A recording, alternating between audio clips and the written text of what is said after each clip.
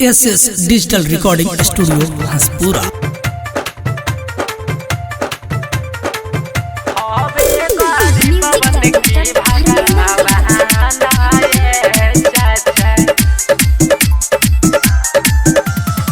मुखिया चुनावा के बहल हौवा हो, मुखिया चुनावा के बहल हौवा हो। मालती देवी के दजीताइए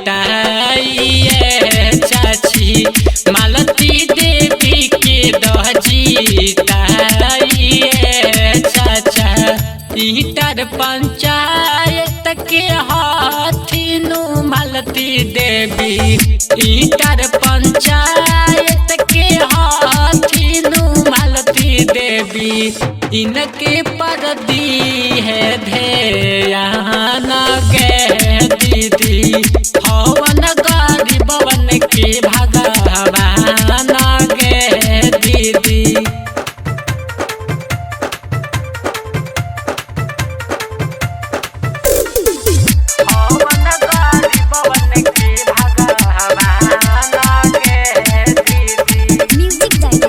SS digital recording studio Hanspura.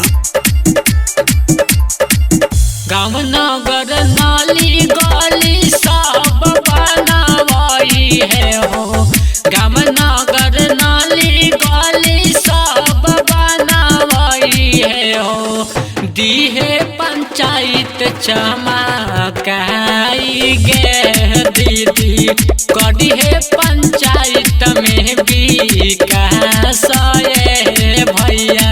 Inter panchayat के हाथिया मेंदर भैया, इंटर पंचायत के हाथिया मेंदर भैया।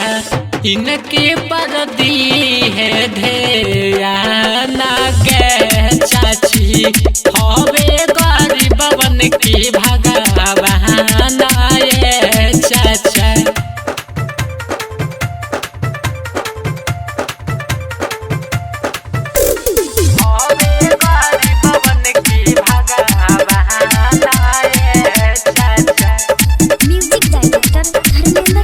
SS digital recording studio Hanspura.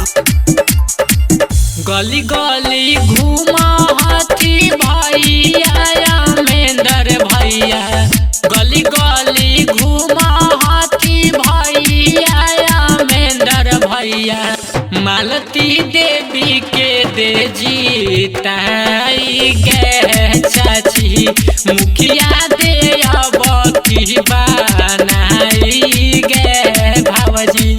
Inter panchayat के हाथिया मेंदर भैया, इंटर पंचायत के हाथिया मेंदर भैया। इनकी पर दी है ध्यान गे चाची, मालती देवी के दे जीताइए भैया। SS digital recording studio Hanspura.